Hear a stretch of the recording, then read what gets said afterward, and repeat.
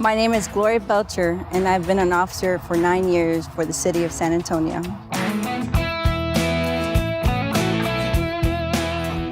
I grew up here, born and raised here all my life. It's my city, it's my people. San Antonio is the second largest city in the state of Texas. So yes, in fact, we are bigger than Dallas, despite what everybody thinks. So we've grown tremendously. I've been a judge for 11 years. I've been presiding judge since '04.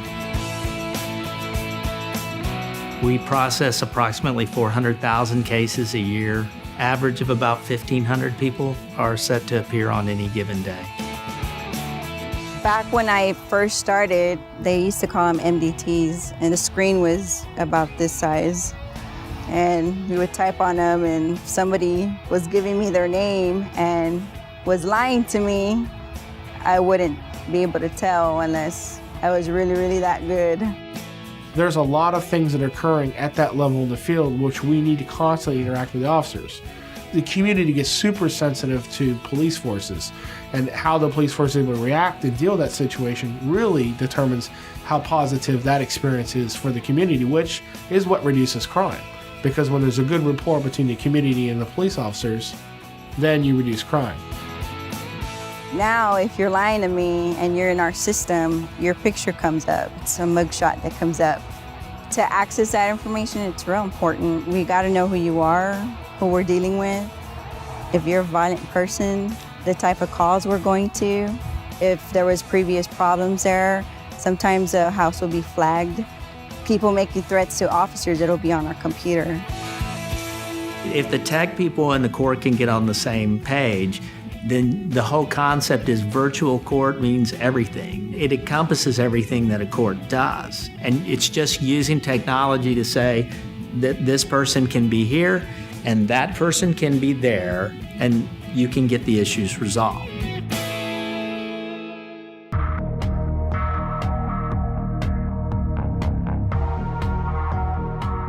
Well, in 2008, we had just started to convert the city over to Cisco. What we had a situation where we had a lot of what we call dead ends. So you go to 5 different locations and you get 5 completely different network setups. Maintenance on them, 5 different ways of doing it. And then when you multiply that times the hundreds of sites that the city has, it was just not manageable. So one of the first things that we were looking at doing was setting up a standard template across the city.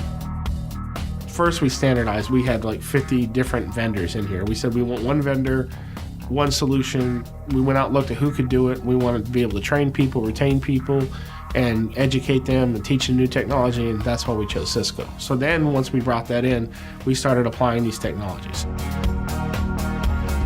One of the things that I did when I took over the video conferencing program is I looked for ways to network the video endpoints because they have IP capabilities. So you don't really want to pursue a point-to-point type of a solution. You want a network solution. So I put our video infrastructure on our actual network. So that means that anywhere there's a live network jack, you can have a video endpoint. Done. This idea had been floating around before, but we didn't really have a solution at the time. And that was the idea of electronic warrants. But now that we had the new infrastructure and we had a different approach, we were able to re-examine this and use yet another Tandberg product, which is called Movi. And basically what Movi does is it allows you to use a software application, put it on a PC, and turns that PC into an endpoint. The e-warrant is as easy as dialing a number. The screen pops up, the judge is right there, you're talking face-to-face with the judge, and the judge is actually viewing your warrant. And you swear right there in your car or wherever you're at, and simple as that, then you can go and follow up with that warrant.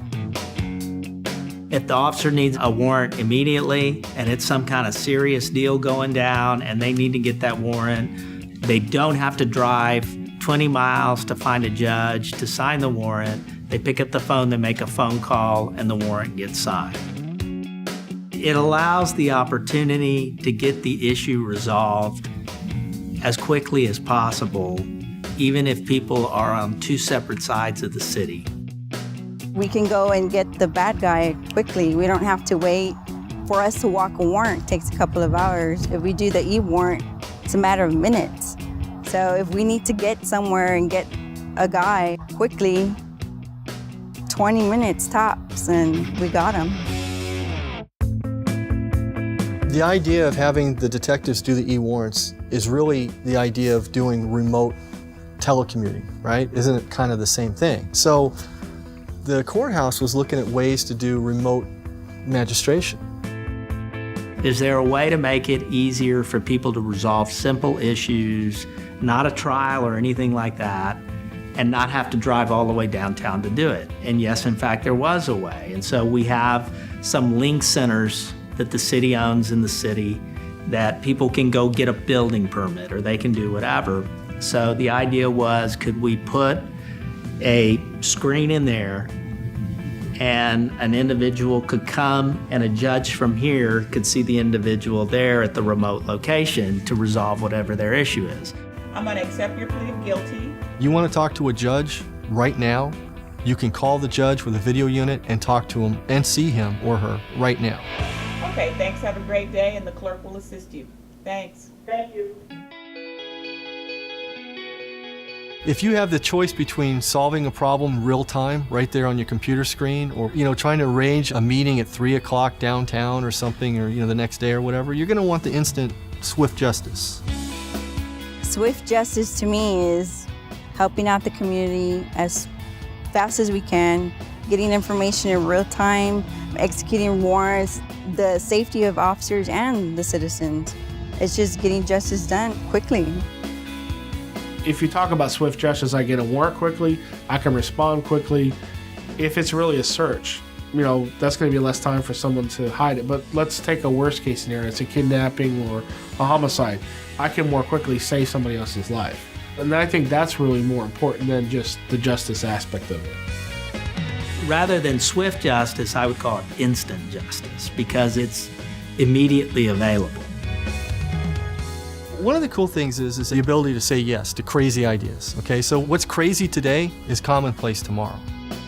Well, Jason and I didn't know we were pioneering because it just seemed easy. And we've even talked jokingly about you could have a judge in a room that has the equivalent of the Brady Bunch opening, and the judge would just go from screen to screen to screen to see the defendant to resolve the issues. Once you have the infrastructure in place like we do, the only limitation that we have is bandwidth. The important thing is that we've set up the infrastructure already. So it's back to the crazy idea, no problem scenario. We should be able to integrate just about anything coming down the pipe. Technology helps me feel more confident going into a call. When we get the calls, it's there. It's black and white. Armed with technology, I'm helping keep San Antonio safe and secure.